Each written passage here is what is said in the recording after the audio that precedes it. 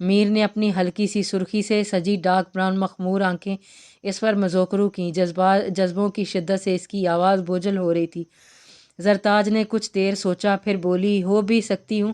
اس کی آنکھوں میں شرارت تھی، مگر میر سجاول خطرناک حد تک سنجیدہ ہو گیا۔ اگر تم نے کسی اور کے بارے میں سوچا بھی تو گلا دبا کر مار دوں گا۔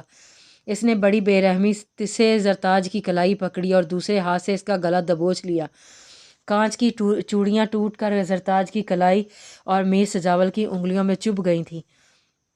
زرتاج کی آنکھیں ابلنے لگیں اور منہ سے گھٹی گھٹی سسکیاں برآمد ہوئیں، مگر میر سجاول کی گرفت ڈھیلی نہیں پڑی، البتہ گلے پر دباؤ کم کر دیا تھا۔ میں مذاق کر رہی تھی، کیا میں چھوٹا سا مذاق بھی نہیں کر سکتی؟ زرتاج کی آنکھیں آنسوؤں سے لبریز ہو گئیں۔ میر سجاول پر متلقہ بھی اثر نہیں ہوا تھا۔ آئندہ ایسا کبھی کچھ مذاق میں بھی مت بولنا، ورنہ انجام بہت برا ہوگا۔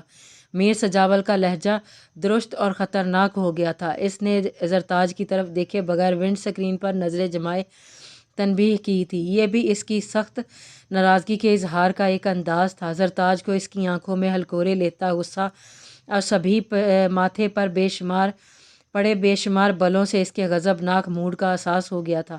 وہ دل ہی دل میں شرمندہ ہو گئی، مگر کچھ بھی کہنے کی جرأت نہیں کی اور خاموشی سے سر جھکا گئی۔ میر سجاول نے فوراً ہی گاڑی سٹارٹ کر کے واپسی کے رستے پر ڈال دی۔ واپسی کے سفر میں میر سبکتگین کا موڈ بے حد خوشگوار تھا۔ اس نے موبائل سے ایک نمبر ملایا۔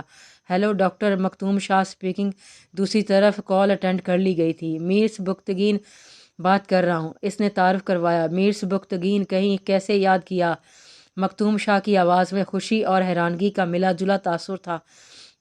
اس دن آپ نے میری سسٹر کی ہیلپ کر کے مجھ پر بہت بڑا احسان کیا۔ میں نے سوچا کیوں نہ آپ کا شکریہ ادا کیا جائے۔ اس سنڈے میں نے ایک پارٹی رکھی ہے، میں چاہتا ہوں آپ ضرور شرکت کریں۔ یہ اس احسان کا بدلہ تو نہیں، لیکن میری طرف سے دوستی کی ایک پیشکش ہے۔ مختوم شاہ اس کی بات اور انداز پر کھل کر مسکرایا۔ کیوں نہیں؟ مجھے آپ کی پیشکش بہت پسند آئی۔ چلیں، کوئی تو ہے جو دشمنی کی اس جنگ میں دوستی کی پہل کرنا چاہتا ہے۔ مختوم شاہ نے خوش دلی سے کہا، آپ کے بارے میں میری رائے غلط نہیں تھی۔ بلا شبہ آپ معظم شاہ کے مقابلے میں سمجھدار ہیں۔ ہو سکتا ہے ہماری یہ دوستی اس دشمنی کی آگ کو بجھانے کے لیے مددگار ثابت ہو جائے۔ ٹھیک ہے، سنڈے کو ملاقات ہوگی، آپ کی آمد کا انتظار رہے گا۔ میر سبکتگین نے اپنے دل کی بات کرتے ہوئے بات سمیٹی۔ اوکے، اللہ حافظ۔ مختوم شاہ نے کال ڈسکنیکٹ کر دی۔ معظم علی شاہ شہر جانے کے لیے تیار ہو رہا تھا جب رخسانہ بیگم اس کے کمرے میں چلی آئیں۔ شاہ، تم شہر جا رہے ہو تو مجھے بھی ساتھ لے چلو۔ سمینہ ایک بار جو مل لے کر گئی ہے دوبارہ نہیں آئی، شاید جھجک رہی ہو، کیونکہ اس کے اتنے اصرار پر بھی میں اب تک اس کے گھر نہیں جا سکی۔ رخسانہ نے اپنی بات مکمل کر کے اس کی طرف یوں دیکھا جیسے وہ ابھی کہہ دے گا کہ میں نہیں لے جا سکتا۔ آپ بلال شاہ کے ساتھ چلی جائیں، وہ ہمیشہ اس کے باپ جیسی اکھڑی مزاجی سے خائف رہتی تھی۔ ان کی بات پر اس کی آنکھوں میں عروش کا عکس جھلملایا تھا۔ کافی دن ہو گئے تھے معظم شاہ نے اس کی طرف چکر نہیں لگایا تھا۔ آپ تیار ہو جائیں، میں بس تھوڑی دیر میں نکلنے لگا ہوں۔ خلاف توقع وہ فوراً ہی مان گیا تو رخسانہ نے بڑی حیرانگی سے اس کی طرف دیکھا اور بولی، مجھے کیا تیار ہونا ہے، تم اپنی تیاری مکمل کر لو، بس مجھے راستے سے عروش اور ایان کے لیے کچھ شاپنگ کرنی ہے۔ ٹھیک ہے، آپ چلیں، میں کچھ دیر میں آتا ہوں، وہ بنا کسی تردد کے بولا۔ رخسانہ حیران سی کمرے سے باہر نکل گئی آئیں۔ کچھ ہی دیر بعد وہ دونوں شہر کے لیے روانہ ہو چکے تھے۔ عروش کے لیے شاپنگ کے نام پر معظم شاہ نے تقریباً پورا شاپنگ مال خریدنے کی ٹھان لی تھی۔ وہ ایک کے بعد ایک ڈریس خریدتا گیا۔ پہل تو رخسانہ نے کوئی نوٹس نہیں لیا، لیکن جب میچنگ جولری، سینڈل اور دیگر چیزیں خریدنے میں اس کی دلچسپی دیکھی تو سوچ میں پڑ گئی۔ اس نے تو کبھی اپنی ماں، بھائی، یہاں تک کہ جان چھڑکنے والے باپ کے پرسنل معاملات میں بھی دلچسپی نہیں لی تھی۔ وہ آج کیسے بنا کسی پس و پیشت کے پوری اپنائیت کے ساتھ شاپنگ کرنے میں ان کی مدد کر رہا تھا، مگر انہوں نے اسے ٹوکا نہیں، مبالغ اس کا موڈ بگڑ جائے اس لیے خاموش ہی رہیں۔ شاپنگ سے فارغ ہو کر جب وہ لوگ عروش کے گھر پہنچے تو 7 بج چکے تھے۔ آپا، مجھے تو لگا تھا آپ مجھ غریب کے گھر کبھی نہیں آئیں گی۔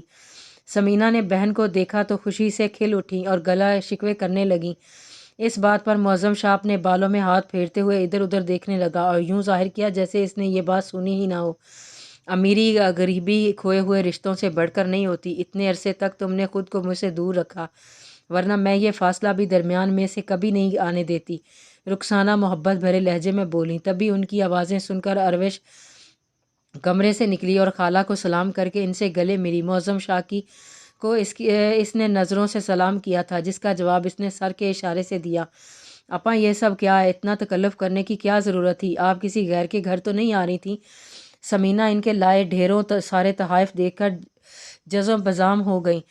یہ تو کچھ بھی نہیں ہے میری اروش کے سامنے، میرا بس چلے تو میں دنیا کی ہر خوشی اس کے لیے چرا لاؤں۔ رخسانہ نے اروش کا چہرہ دونوں ہاتھوں میں تھام کر اس کے ماتھے پر بوسہ دیا۔ تمہاری اولاد کی کتنی آرزو تھی، مگر تم نے مجھے اس خوشی سے برسوں محروم رکھا۔ رخسانہ نہایت جذباتی ہو کر بولیں تو سمینہ ان کی بات پر کھل کر مسکرا دیں۔ اروش، سمینہ اور رخسانہ کمرے میں بیٹھی باتوں میں مشغول تھیں۔ جب اسے مہمانوں کی خاطر تواضع کا خیال آیا، وہ غیر محسوس طریقے سے کمرے سے نکل آئی۔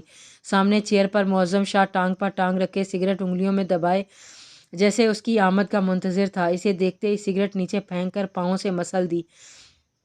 اروش نظریں جھکائے کچن میں چلی گئی۔ ابھی چند ہی لمحے ہی گزرے تھے جب وہ کچن کے دروازے کے باہر دونوں ہاتھ دیوار پر دائیں بائیں جمائے استعداد تھا۔ اروش، لگتا ہے تمہیں ہماری پہلی ملاقات کو لے کر اب تک خفا ہو۔ معظم شاہ نے اپنی گمگیر آواز میں اس سے استفادہ کیا۔ ایسی تو کوئی بات نہیں، مجھے تو یاد بھی نہیں، اروش نے مختصر جواب دیا۔ بائی گاڈ، اس دن کے رویے پر میں بہت شرمندہ ہوں۔ میں واقعی نہیں جانتا تھا تم کون ہو، اور میرے گھر میں کسی انجان لڑکی کی موجودگی مجھے حیران کر گئی تھی۔ مانا میں اجنبی تھی اور اچانک آپ مجھے دیکھ کر حیران ہو گئے، لیکن کسی بھی لڑکی سے بات کرنے کا وہ انداز مہذب تو نہیں تھا۔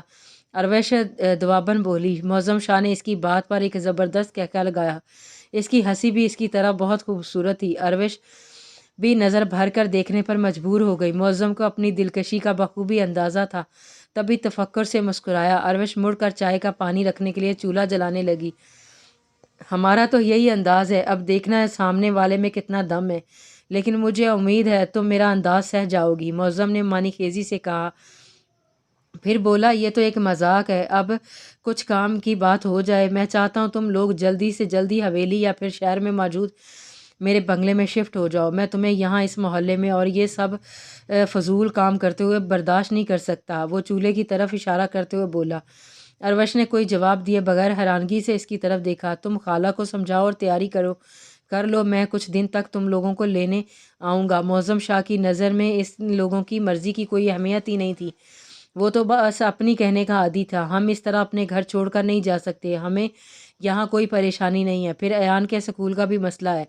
اروش نے رسانیہ سے اسے سمجھانے کی کوشش کی۔ یہ سب باتیں میرے لیے کوئی معنی نہیں رکھتی، ایان کے سکول کا کوئی مسئلہ نہیں، میں جہاں چاہوں گا اس کا ایڈمیشن ہو جائے گا، اس نے بے نیازی سے کہا۔ اروش، اٹھ جاؤ بیٹا، 6 بج رہے ہیں، عصر کی اذان ہو گئی ہے، نماز قضا نہ ہو جائے۔ سمینہ نے کمرے میں داخل ہو کر لائٹ آن کر دی۔ وہ فوراً اٹھ کر بیٹھ گئی۔ نماز اور کھانے سے فارغ ہونے کے بعد وہ پوری دوپہر سوتی رہی تھی۔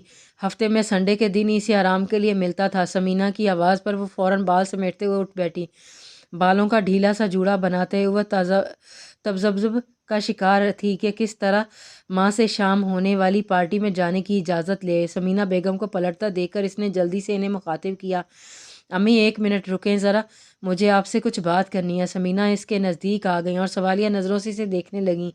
امی، آج میرے باس کے گھر پارٹی ہے، ان کے بھائی انگلینڈ سے تعلیم مکمل کر کے واپس آئے ہیں، اس خوشی میں انہوں نے پارٹی رکھی ہے، انہوں نے مجھے بھی انوائٹ کیا ہے۔ اس نے جھجکتے ہوئے ماں کو تفصیل سے آگاہ کیا۔ کیا تمہارا اس پارٹی میں جانا ضروری ہے؟